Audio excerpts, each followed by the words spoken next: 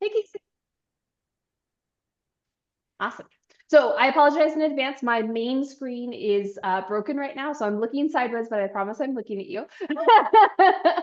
And then, yes, you already know that I'm sick, so I might sniffle a little bit, but we'll be good to go. We'll just go ahead and do what we can. So we'll talk really quick about injury theory, kind of why injuries occur, what we can do about them, the different types of injuries and stuff like that. And that's just a little bit more to give you high level so that if something's not hurting you right now, you're prepared for it in advance later on, type of thing. Um, and if anyone has like any super obscure injuries, most of the stuff that I know is either from sports, myself being injured, my clients being injured, and the research that I've done with that. But this book is amazing. So if anyone has anything super obscure and wants me to look it up, I will take some pictures and send it to you. He has a bunch of like images about what the injury is, what the exercises are, and stuff like that. So this has been like a really great go-to that I use as well for a lot of people. So if you ever need something, let me know. I got you. So really quick, let's talk about injuries. I'm going to have each of you go around because I'm sure we've had something, right? And tell me, it doesn't necessarily have to be like your worst injury, but maybe like the most chronic one or like a weird one that you had or something like that. Bethany, you're my top left. Tell me about something that you've had. So I took a slide down the stairs and yanked the railing, stopped myself with my left arm, and somehow managed to tear the tendon that goes across your upper shoulder. Mm. And it's better, but it still bugs me. I'm still trying to get that strength back into that shoulder. And then the other thing is I did something in my hand, and the doctor is just basically like, you're going to have to rest it. There's not, she said, we can do an MRI, but there's nothing broken. Mm. Probably again, stretched a tendon to something weird we're not even quite sure what happened. Okay. And she's just like, rest, stretching, wear a brace for a while. Mm. Yeah. And she said, if it does not get better, and it's slowly getting better. Um, so I haven't pursued it. Okay. Cool. I just thought of while you were mentioning that I did a podcast episode with an athletic trainer that was at NMSU. It's an awesome episode. So I will find the link to that and I'll send that to you guys too. AT podcast episode because we talk a lot about injuries, how to come back, which ones need ice, which ones don't need ice, like stuff like that, all those logistical pieces. So I think that'll be a really good resource as well. So Bethany brings up a really great point. If you have something that's hurting now, that would be an opportune time for you to talk about it as well so that we can address it as we do actual exercises too. Caitlin, what you got? Well, I have two. Okay. Um, when I was in high school, I stuck my hand in electrified water and I caused permanent nerve damage to both of my hands. Okay. So they get shaky and wobbly and they clam up sometimes. Mm. Uh, and then I went to the doctor and it's not plantar fasciitis, it's nerve damage in my feet. Mm. uh, and it causes them to hurt to walk on them or to Mm. stand on them or to be out in the cold. So, yeah, Okay. A little it's bit more it's nerve neuropathy. damage just in my hands and my feet. So, Okay.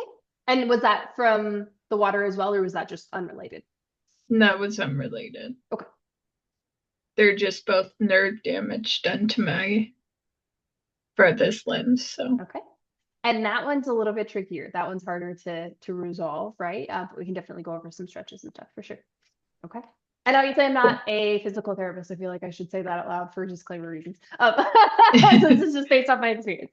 All right. And then another piece is if you don't have any injuries, if there's anything that's like bothering you that's tight or just like acts up every once in a while, that can totally be a good option here as well. Casey. Uh, I hurt my left knee maybe like a month ago. Okay. I think it was like more of an overuse injury because it didn't really feel anything at first. but I was doing hack squats and I was kind of like feeling some like pressure in the knee joint. And then I was like, I'll just whatever, work through it. And then like the next day, yeah, it felt like pretty swollen and it seemed like, it felt like the fluid filled kind of sensation. And now it just like cracks and pops every time I bend down. But it doesn't really hurt anymore. So I think it's getting better. Okay. No, thank you. Neil, you got anything?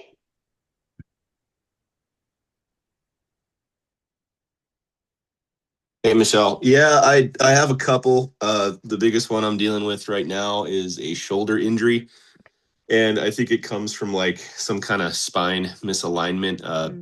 Had some X-rays done at the chiropractor last year, and I have like a minor scoliosis, I guess. Mm. Anyway, so what it's doing is my left shoulder. It there's this weird impasse between the muscle or something like that, and it pops a lot, and it's not super painful, but it does cause like numbness, and if I'm working out and stuff like that, the more weight, the more prominent that pop is. So with that, sometimes a little bit of lower back pain if I've been doing some heavy lifting, and that's about it. Okay. Awesome. Okay. And Serena. I guess I'll join the left shoulder, the left shoulder club. Oh my gosh, three. Yeah, that's it. I too have, or I three have some sort of injury on my left shoulder. I don't really know what caused it initially, but I did like a Thai yoga massage and she like pulled my elbow behind my back in this weird way. And ever since then, sometimes if I just like if I like grab something weird or do something weird with my shoulder, it like flares up and it just hurts. Gotcha. Okay. Okay. Cool. All right. That's really great information too. Lots of shoulders. We've got a knee, and then nerve damage. Okay. Great. So let's talk really quick about why injuries occur. So just so that I'm not talking the whole time, I'd love to hear what you think. We'll go popcorn on this one. Why do we think injuries typically happen? Not It's a stretch. way. Oh, go ahead, Mia. Oh, sorry. I didn't know if we were going in order. What I was saying is not stretching, not adequate stretching. Absolutely. Would cause an injury. I was just going to say it's our body's way of showing us our limitations. Oh, okay. I'm curious, do you think you can affect those limitations? Yes, by stretching, like Neil said. Any other reasons injuries occur? Accidents. Absolutely. Stuff happens all the time. And accidents are interesting because some of them could possibly be preventable and some of them are just like freak accidents, it's going to happen type of thing. What kind of accidents, Bethany, do you think could be preventable?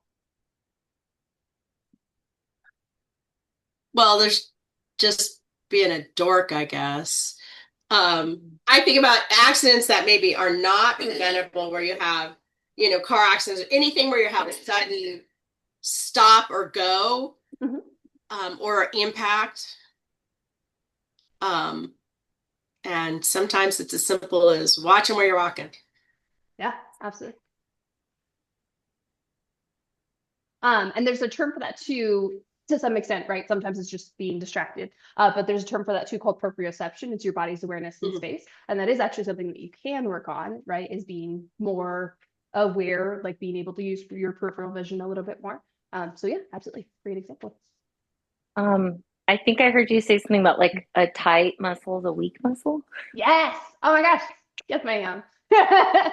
So not only not stretching, but any tight muscles are often weak muscles. They don't know how to stretch and flex. They don't know how to contract and relax, right? They're just tight. And so absolutely, that's a really great one. Casey, you mentioned one earlier, you when you described your injury.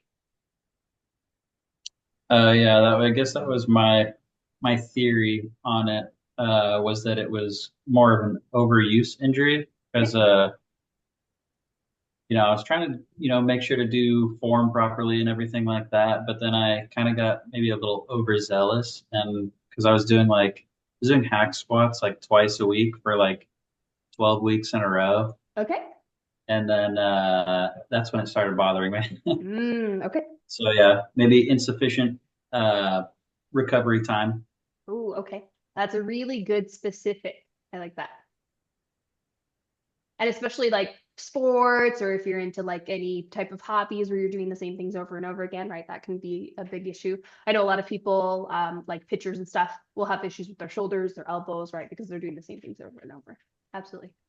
And then the last one that I didn't hear yet. Oh, actually, Dad, did you have any that you can think of? Okay.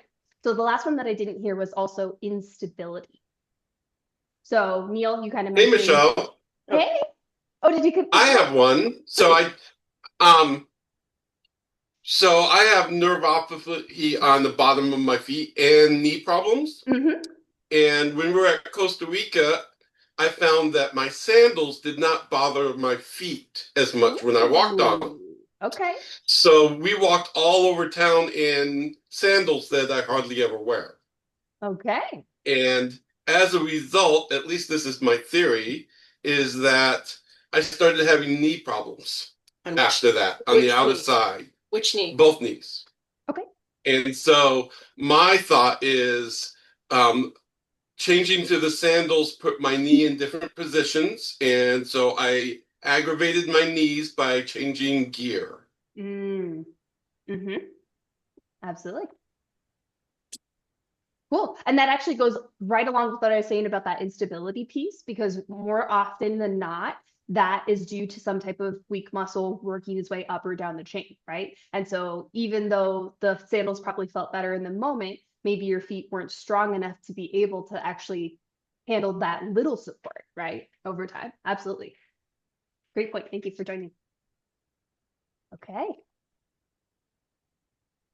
Perfect. Yeah. And so that instability piece is a big piece because a lot of times that ends up being, like Neil was saying, like a compensatory mechanism, right? One part of your body is weak and then something else starts trying to make up for it. I'm sure we've all experienced some version of that before. Yeah. And so then we start doing things that are wonky. We don't even realize that we're doing it and we just make it worse, right? So that's a big one. Okay, cool. So next we're going to talk about identifying injuries. So let's talk first about what it feels like. Popcorn again, throw out some random what injuries feel like. Painful. Characteristics. Painful, okay. Tingly, numbing sensation. Mm-hmm. Sharp, like a sharpness. Yes, absolutely.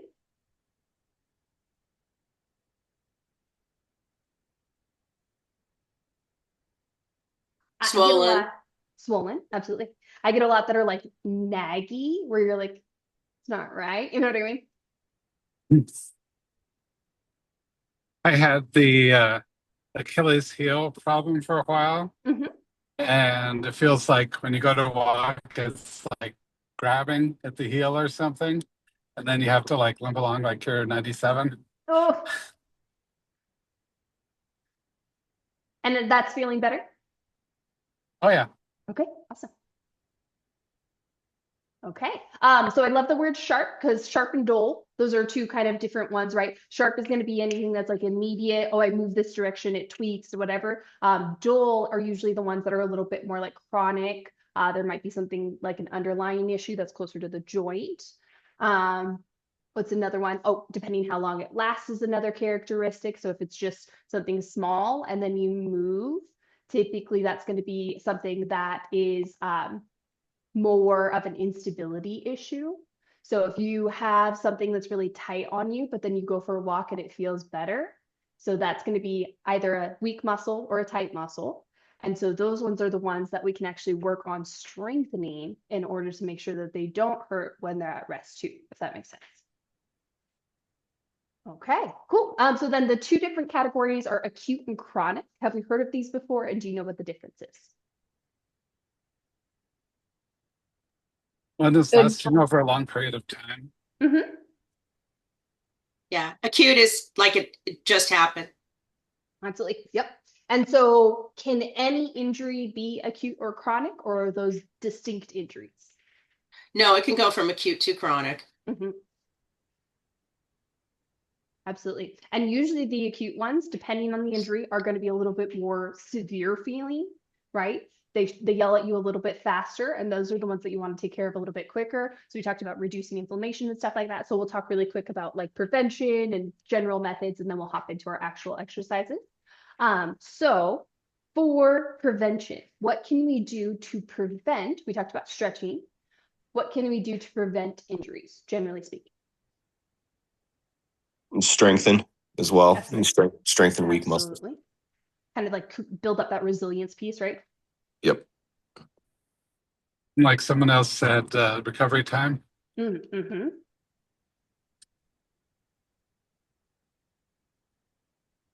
With my Achilles, I had to let it recover for a long time with modified actions. So I actually went for months without doing things where I jump.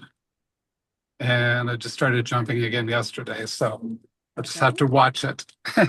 Absolutely. Anything else?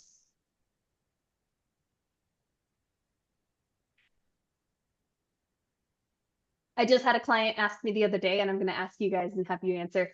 What's more important, a warm up or a cool down? This is the exact question that she asked me. warm up. I was going to say the warm up also. Okay, why? Because you're because I feel like, preparing. yeah, if you're talking about the prevention of an injury, that's like the prevention part. Yeah, you're preparing your muscles for what you're about to do rather Okay. than doing it and then trying to recover from the pain. Okay. Admit it. Who goes into their workout without a full warm up? Oh yeah, always.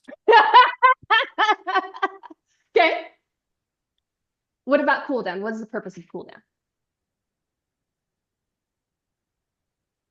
I'm gonna steal your words again, like undoing.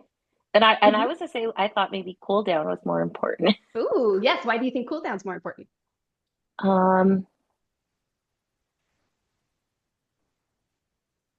I'm thinking of the words. Because it's like it's like lengthening and stretching your muscles because they're already warmed up. And so I think that it would, I don't know. That's I can't put it into words, but that was kind of what I was thinking. Like the cool down like lengthens and stretches all the work you did that maybe would help prevent. I don't know. Yeah. And they're both preventing. Yeah, go ahead, Des. I was just gonna say back when running was such a big fad in the 70s, right? Mhm. They would have people going out there and stretching before the run, and then a decade later they go, "Oh, that's stupid because your muscles aren't warmed up. You shouldn't be stretching them." Yes. So we'll talk about what a warm up should look like. I know that's kind of funny, huh? All advice has anti-advice, I suppose. So Serena, you make a really good point, is that they are both prevention, but kind of from a different standpoint, right? So the ultimate answer is they're both important. They serve different purposes, right? The warm up itself is good for prevention of injuries, especially if you're specifically working out or doing something active, right? So we know that that's important. The cool down piece is kind of what Casey was talking about, that recovery piece, right? So imagine that you lifted super consistently, super hard all the time, and all of your muscles got super duper tight.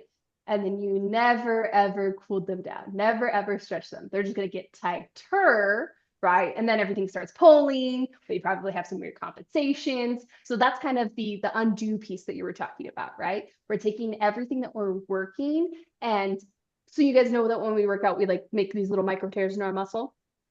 So we're essentially, what I like to think of it as, have you guys heard of scarring massage? Where if you have like a big cut or something like that, you can actually, as it's recovering, physically massage it so that the scar isn't as prominent. It doesn't scab up. So you'd like, it's almost like keeping a Band-Aid on it the whole time, right? Where we have like antibiotics and stuff on it so that it heals up smoother, softer, maybe there's no scar at all. I like to think of it like that. right? If we are stretching or doing massage work or any other type of tissue work, then we're taking those micro tears in our muscle and we're like letting them become a little bit more malleable, a little bit looser, so that as they recover, they can recover more fully instead of stacking on top of themselves like a scab. And then if we're not taking any rest time in between, then we're just picking at that scab. And what happens when you pick at a scab? It bleeds, right? And so same basic idea, it's just inside our body instead of outside our body. Does that all kind of make sense? Cool. So we've got warm up, we've got cool down. Tissue work is super important. What's everyone's favorite version of tissue work? And if you don't know what that is, that's okay. I have a ball that I'll put against the wall. Mm-hmm. It's so much nicer and less painful than trying to use the roller. Yeah, although sometimes that's appropriate. And sometimes it can make it worse, right? Depending on what you're doing. Yeah. What else? Well, yeah, I like rolling out, but I've also been using the sauna a lot after a workout, which is like not tissue work, but it seems like a good like muscle relaxing, you know, just the heat, the intense heat. And if you can stretch in that, Yeah. mm-hmm. Love that. Can you tell me more about what that's like? The sauna? Yeah, I've never been in one, so I'm pretend like I've never been in one and tell me about it. Okay. Yeah, it's just I know the gym I go to has one, but I think a lot of other like chain gyms have them also, but it's just a basically a wooden room because I guess wood doesn't conduct heat super well, so it keeps it all insulated. And then they just have like a heater in the corner. And the one that I go in, they heat it up to like 170 degrees. But yeah, you just like sit in there and it's super hot and you sweat and the heat seems to relax your muscles after a workout. So it's And really then yeah, dry if you're heat? stretching, what's that? Are you saying it's really dry heat? Yeah, so they have a steam room and a dry sauna, but I like the dry sauna better. Okay, thank you. Yeah. Awesome. Thank you for sharing. Anyone else do any other like tissue work or recovery work? I wouldn't say it's. Oh, sorry. I was just saying I like stretching. Stretching is my favorite. Awesome. I wouldn't say I do it immediately afterwards, but if I'm having issues, then massage. Of course, then I have to reciprocate, but you know, sometimes it's worth it. And if you're feeling lazy, a massage gun is an awesome alternative. Yes. Awesome. Beautiful. Cool. Love that. Another one that you can do is like banded work. That's always a good one. I use them as warm-ups and cool downs. And so let's talk really quickly about warm-ups and cool downs, kind of the differences between the two.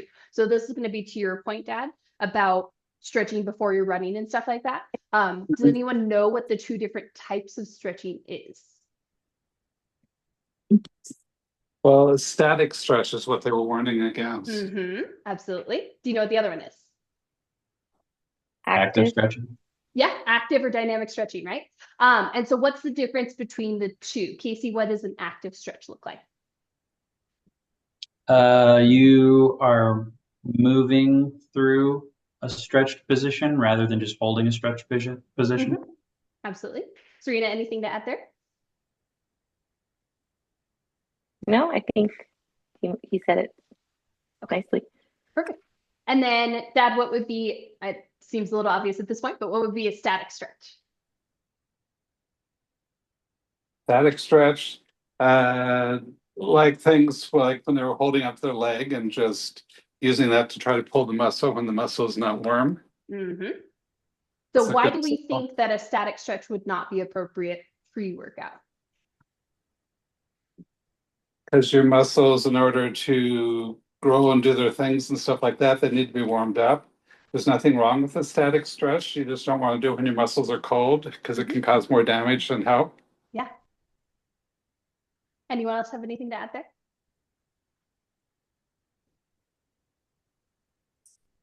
No? Okay. So if you think about a rubber band and you can flex it back and forth, right? What if you were to put a rubber band into a freezer? What's gonna happen when you pull it? Crack. Snap. And that's kind of your muscles, right? So that's the basic idea behind it. The static stretch should be after your muscles are already warm, because otherwise we are not prepared to actually go through that stretch cycle itself, right? And so we can actually, like you said, cause a little bit more damage. That's where you can have tears. If anyone's ever tried to just hop straight into stretching, I'm sure you felt a little bit of that like weird tension where you're like, okay, I probably should not be doing this. That's the reason for it. So that's why we want the dynamic stretches to just be like moving, think like rehab exercises, anything that's banded, anything where we are doing like a lighter version or a modified version of what we were doing. That's something I talked to Serena about too. So like if you were going to do bench press, if you wanted to warm up with a couple of push-ups, even if they were like elevated push-ups, or if you want to do a lighter weight or anything like that, that's still totally equivalent, totally possible as a warm-up. It doesn't have to be like a super formal warm-up, right? So just think like, what muscle am I working? How do I get that muscle moving before I get going? My favorite thing is a walk and a roll, like super simple. And then while I'm about to do whatever the XYZ thing is, if I still feel tight, go lighter or do like a banded stretch or something like that. You know what I mean? Anyone else have favorite warm-up stuff they like to do? Mine may be a little odd, but before I lift with the bar, I like to lift my cats. Cool. Your cats are certainly lighter than the bar. That's perfect. Yeah, I have one cat. She's Tauntaun. She's about 8 pounds. And so I'll usually start with her because she'll stay still the longest, and I can usually get 10 reps on both arms before she gets upset. So love it. And then I'll go and I'll do the bar. Anyone else warm up stuff that they like to do? I like to do like, I think they're called cherry pickers. Ooh, uh-huh. No, okay, that's not it. Oh, is that it? I don't know what it's called. You like bring your opposite hand down to, or one of your hands to the opposite foot, like on the floor while you're standing. I don't know like these called. guys? Yes. Yeah, like windmills, I guess I think is the one that I've heard. Well, I don't know what they're called. Yeah. Okay, cool.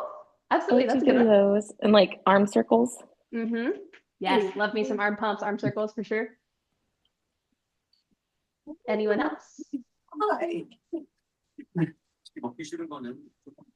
Yeah, I just kind of like do what you were saying, just like the kind of dynamic stretching, and then I just do the exercise, but with a much lighter weight and then just a little bit higher reps. Perfect. Yeah. And like I said, it doesn't need to be anything fancy. It needs something to get the heart rate up slightly, to get that muscle moving, especially the one that you're about to use. And then something that Serena and I have talked about, and I think I've put it in some of my content, is undo stretches. That's basically warm-up stretches in between. So you don't have to do the whole warm-up in the beginning. If you want to say, okay, I'm doing this thing for my arms, warm up my arms, do the thing for my arms. Okay, legs is next. I'm going to do this thing for my legs, and then do the thing with the legs. And or do it right after. That's one of my favorite ways to recover. Do a little bench press, do a little door frame stretch. You know what I mean? Still keep it dynamic, still keep it moving, but whatever that muscle is you're working, if you stretch it almost immediately after, it's going to help so much with recovery. And I asked the warm-up question, who leaves the gym without a cool down? Well, first of all, you said who leaves the gym? Who leaves your workout without a cool down? Definitely been there. Okay. So if we're doing those undo stretches in between, like sometimes even if I'm doing like a Romanian deadlift and my hamstring's like, oh, okay, that was a lot of work. Roll it immediately right then and there. Then you don't have to technically do a cool down because you're kind of doing it in between. You know what I mean? So that's something fun too. And then cool down, super easy, stretch whatever you worked. Those are our undo stretches too. Just go the opposite direction. So if we're doing like a chest fly, open your arms up instead. If we're doing a squat, stretch out your hip flexors and stuff like that. So you can stretch out your quads. So that one you can kind of feel out a little bit too. I've got plenty of videos if you guys need actual ideas, but it is just very, there was this like theory of dance that came out for a while, and I'm trying to remember exactly what it was, but it was like the idea that you just like flow and feel what you feel like you need. That's how I feel about warm-ups and cool downs. I'm like, what do you feel like you need? What's tight on you? Move it in the direction that you feel like you need. You know what I mean? Yeah, pretty intuitive. Okay, so we talked about warm up, cool down. Okay, so the last thing that we'll talk about, and then we'll hop into our actual exercises, is the general method for rehabbing injuries. So one of the things that we want to make sure that we're doing is, one, not making it worse, right? So whatever that injury is, whatever that point is, if you know which movements cause it to have that sharp pain, cause it to feel worse the next day, we're either going lighter or avoiding those completely, right? So Dad mentioned having to do modified versions of things. That's exactly it. If it makes it worse immediately, just don't do it or do a modified version. So that's the first thing that we want to make sure that we're doing. Number two is we want to make sure that we're doing tissue work and or strengthening above and below that injury. So let's say you have a knee injury. So I know that one's super common. Actually, let's say shoulder, because we do have at least 3 people with shoulders. Let's say shoulder injury. What muscles do you think that you could work to help with that shoulder that are not shoulder muscles? So arm Mhm. and your back, neck, Mhm. front. Yeah, absolutely. So let's do the same thing with the knees. If you feel like your knee is bothering you, what muscles should you be working?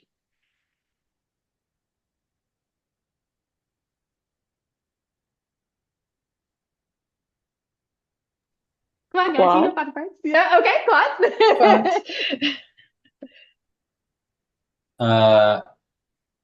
Would hamstrings play a role in that? Absolutely. Anything else? Your Is calf your foot muscles? too far? Your calf, your foot, absolutely not too far. That's perfect. Exactly. And realistically speaking, if we were trying to be like super on it, we would do the whole thing, right? But we want to think about what's on the chain above and below. So foot, calf, quads, hamstrings. There's one more and it's a little higher. Glute? Absolutely, because it's so central, right? So I think I talked about this to most of you before. What part of your body is your core? Back, Okay. abs, Okay. I glutes. always thought your Jealous? glutes and groin were the central. Okay. So that's kind of in the middle of your body. So you've got the right idea. Because most people, they say, oh, I'm doing core. They mean like I'm doing crunches, right? They just mean that they're doing like their 6-pack abs. But what you guys all pointed out is like anything in this trunk region that is not an appendage, that is your core, right? And so if we can work any of these stabilizer muscles, that's going to help those appendages as well, right? So that's awesome. Perfect. Okay. And so then, yes, rehab style exercises is going to be anything that helps stabilize the muscle. So muscles above, muscles below. We're doing things that are light weights, maybe things that are banded, maybe things that are body weight. Have you guys heard the term isometrics before? So that's like holding something, right? So think like a plank position. That's a really good hold. I'll show you a few for your shoulder that are going to be really good isometrics. That's one of the first places to start. And the main reason for that is it does not put a ton of stress on that joint. It just allows it to work without actually changing the range of motion. So number one thing is going to be isometrics, and then you start to work into some of those more dynamic rehab exercises. Cool. Okay, any questions before we get into it?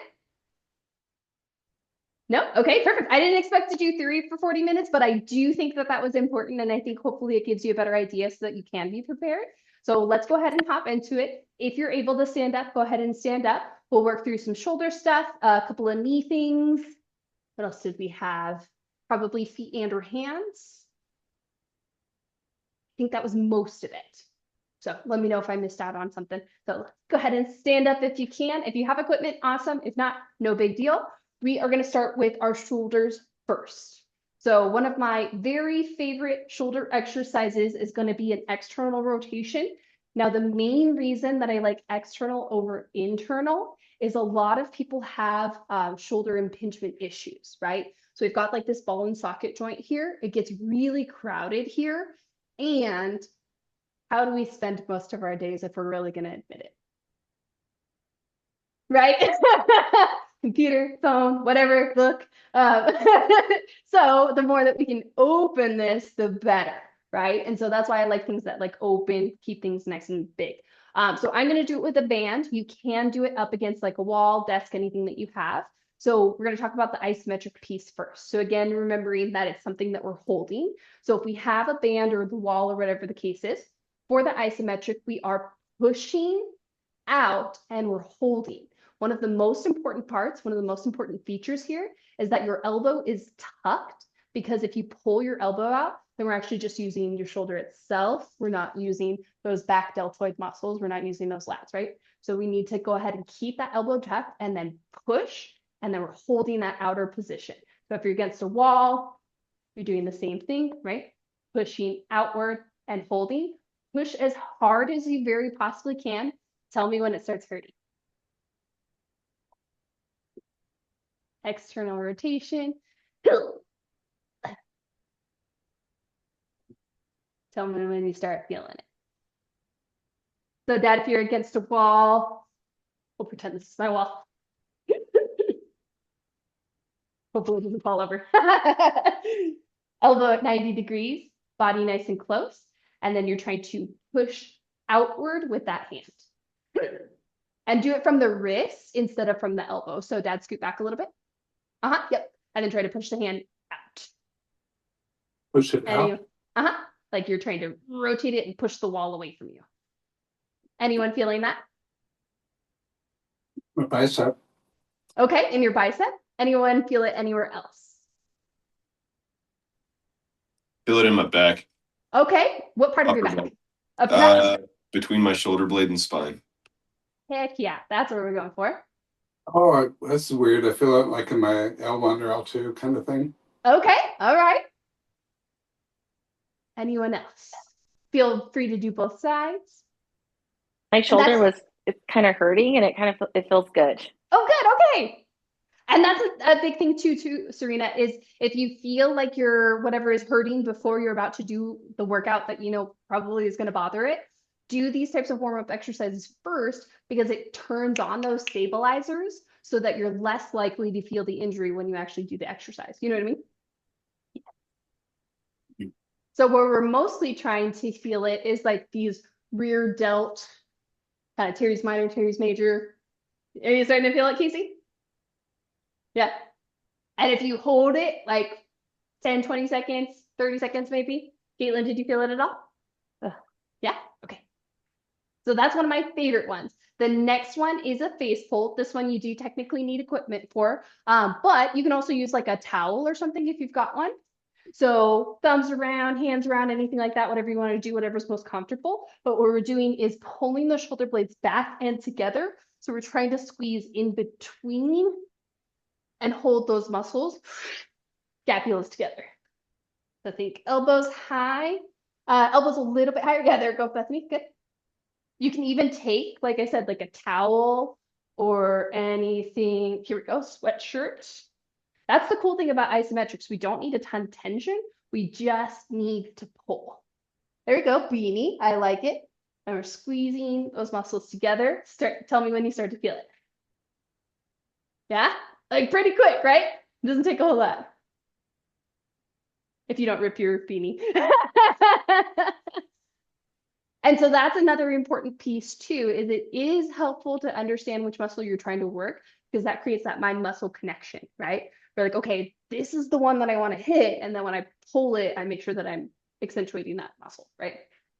So those are my number two, my top two in terms of shoulders, external rotation, face pulls, because they all work these stabilizers where we're going to open that shoulder up. And those ones cause little to no pain with most people that have shoulder injuries. Cool. Okay, we're going to move on to our knees next. So this one you will probably want to sit for. Yeah, I think that's going to be the easiest way. So we'll go ahead and sit if you can. These are the most common ones for knee rehab. First one's called a quad set or a quad extension. So this one, same thing, start with the isometric first, where you're holding it. And then once you start to get comfortable, you can add like ankle weights, you can add bands, anything like that. All that we're doing, super easy, is that we're trying to keep our knee in line with our hip and extend the leg from here until you feel like your quad is on completely. It should feel like when you poke it, it's a little bit harder. And you're gonna hold that position. Raise your hand when you can feel it. It does not take me very long.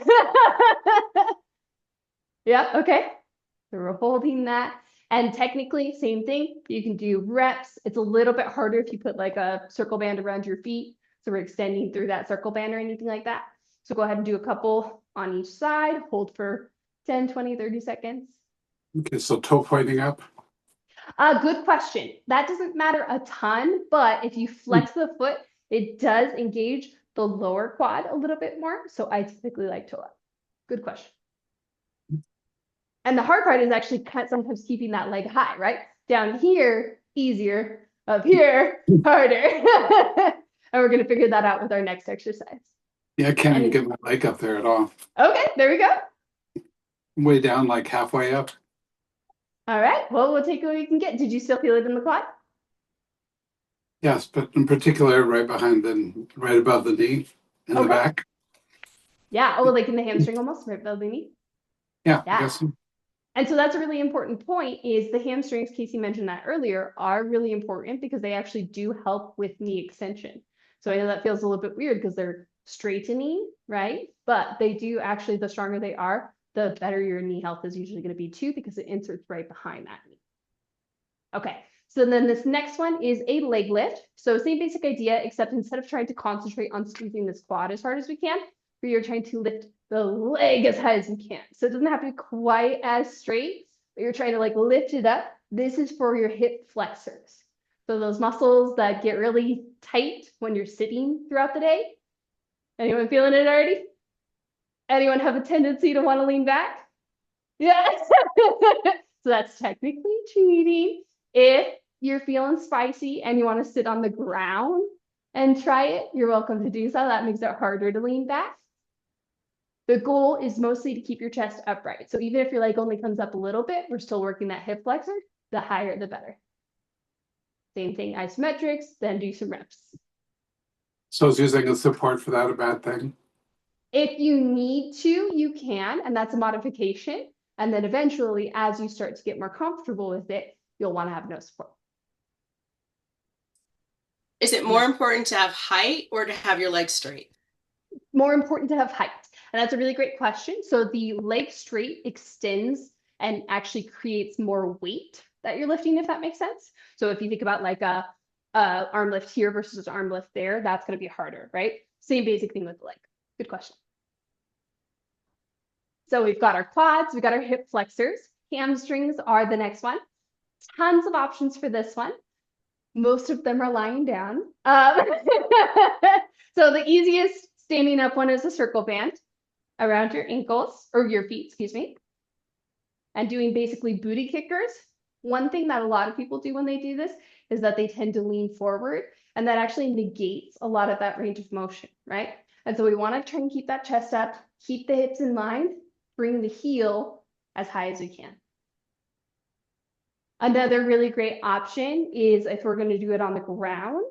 So feel free to do whatever version you have equipment for. Technically, we could do, I got some ideas. We got lots of options.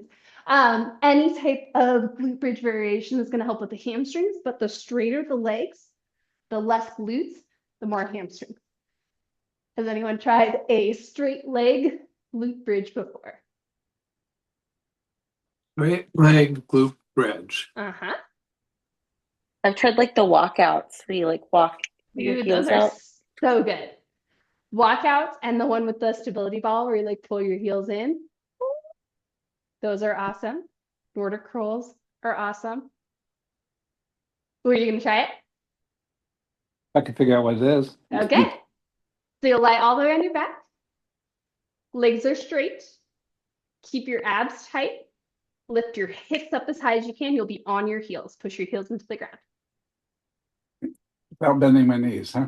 If you can, yep. And the straighter the better. So with that being said, you can bend your knees, drive your hips up, and just have them like a little bit bent, but not as bent as they would be for like a glute bridge. And then try to walk the heels out just a little bit. Yeah, And so as you extend those legs, you feel it more and more in the hamstrings the further away they get. And Really feel it. Bethany, I've had you do like marches and like one leg crazy. Are you feeling that one, Dad? I really feel it in my calves. Ooh, okay. And hamstrings and calves are very closely related, and that's why we want to work on both sides, right? Calf raises is going to be awesome for the calves. Let's do a couple for the feet while we've got our feet people. One of my favorite ones is going to be the towel scrunch. This is technically for plantar fasciitis, but it is to help also strengthen the bottoms of your feet. So generally speaking, most of us are wearing shoes throughout the day, so we don't always have the chance to strengthen our feet as often as we can. So if you can, barefoot is awesome. I usually work out barefoot. Casey, you too, right? Yeah.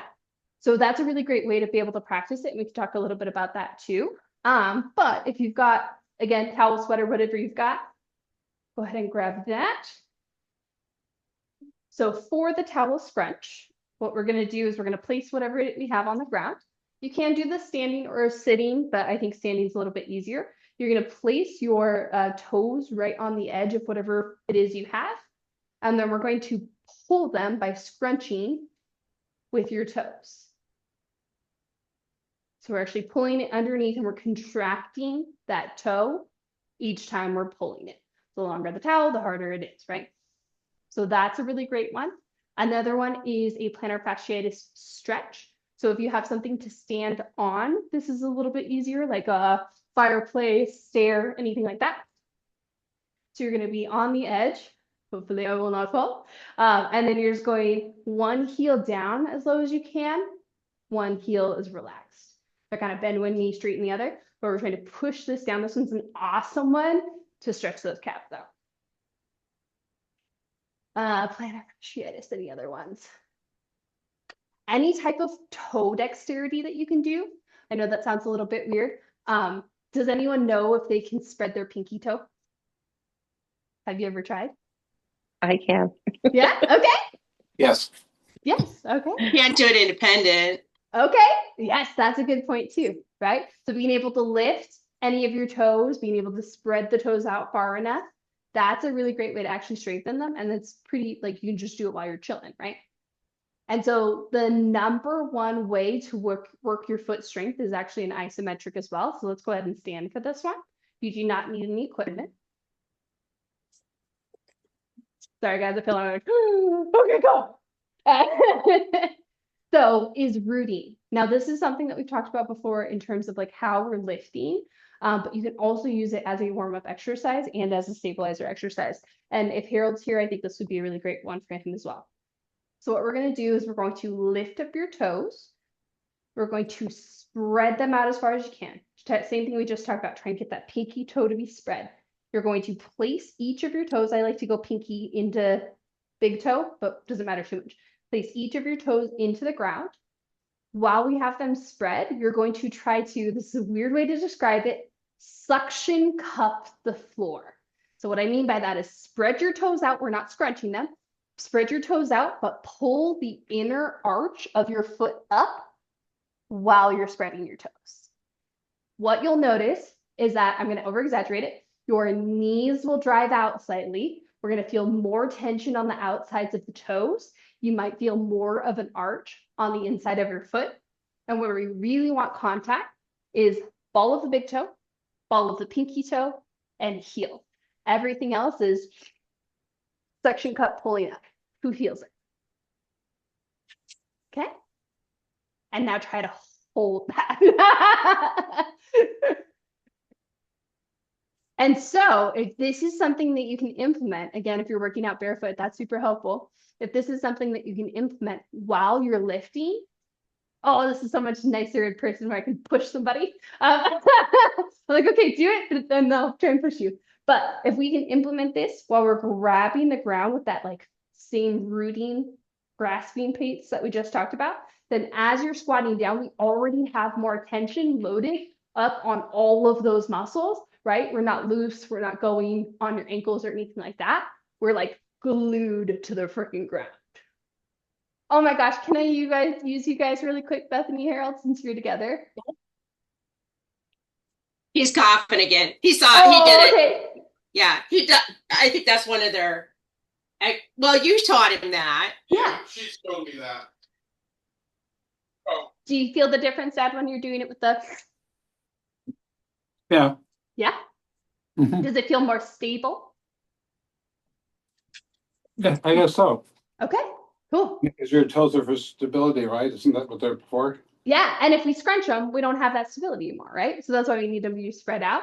And what it does as well is, I like to call this like torque tension, right? So if you think about like what are those, suspension bridge? You know how it has the metal, but it's like all wired, like little loop-de-loop.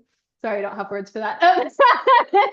That's what we're creating with our lower body as well, right? So those knees are torquing out slightly. We have that like torque tension. So if you were just to put your hand out in front of you, there's not that much tension, right? But if you were to press it out, have that elbow locked out, like we have that like, twisting, torquing tension, we're doing the same thing with your legs, and that just stabilizes everything, turns everything on, so that while we're doing that exercise, we're getting more benefit out of it too. You know what I mean? Yeah, the knee piece really seems to dial it in. Like all of a sudden, I'm like, oh, I get it. Like, yeah.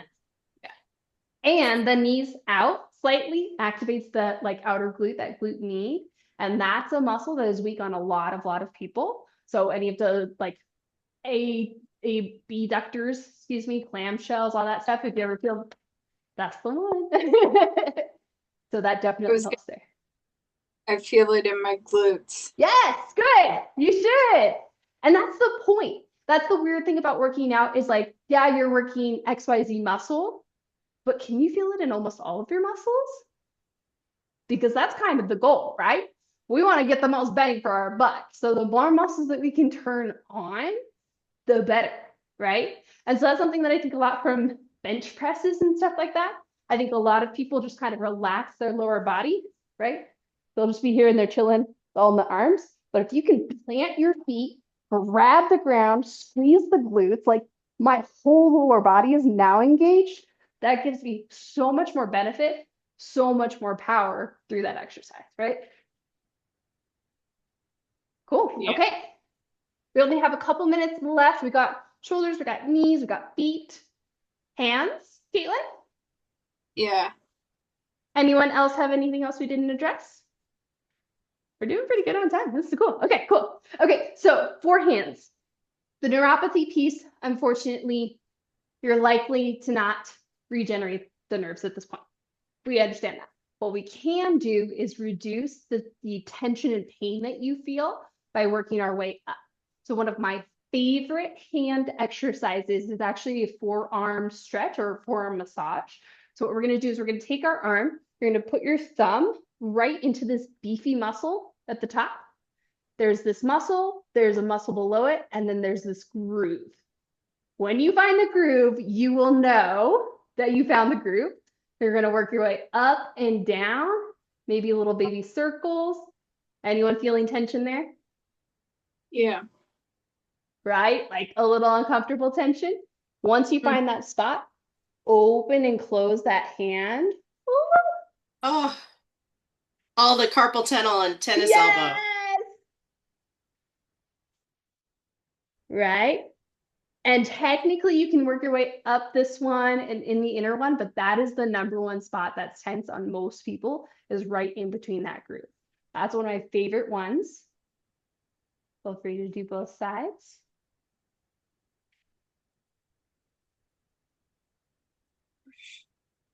And then another piece that a lot of people with hand issues have is it locks up in the wrist itself. So Bethany was just talking about the carpal tunnel piece.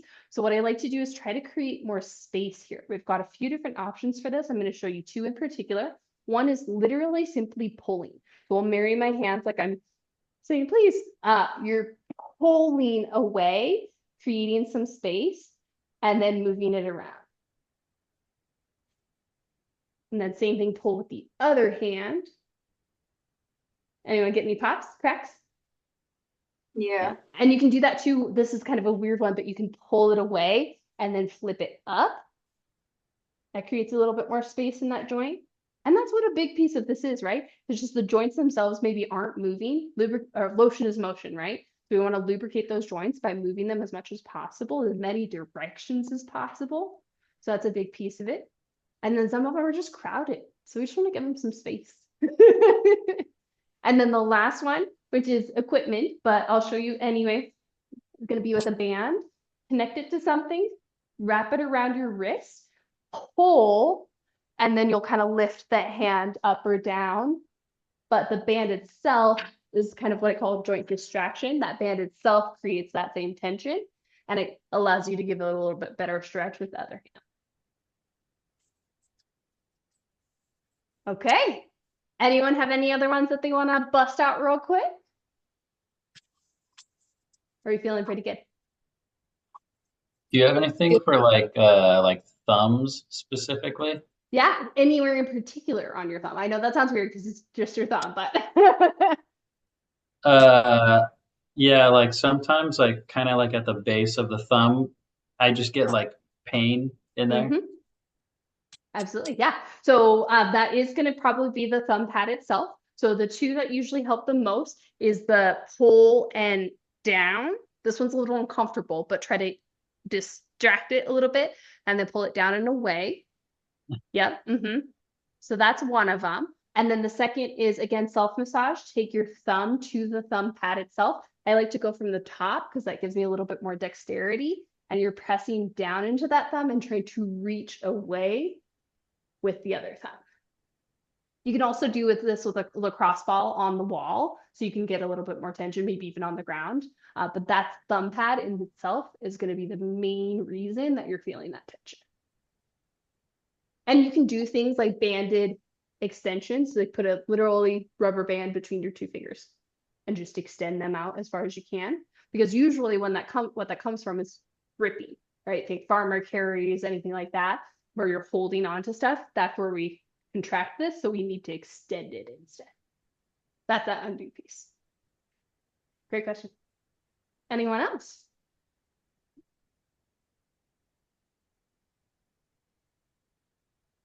Okay, any questions before we go? Cool, did we feel like that was useful? Very. Okay, cool. Yeah. Perfect. Awesome. Well, I appreciate you all being here. Hopefully that helps give you some general ideas. Again, if you need any specific exercises, let me or Ray know. We've got a ton of resources that we can send over to you. And then I will try to find I'll try to remember to find, because I know exactly where it is, the link for that athletic trainer podcast, and I'll send it over to all of you. Cool. Sounds Thank good. you so much. Have a great night. Thank you. Have a good night. Talk to you soon. Thank you, Michelle. Take care.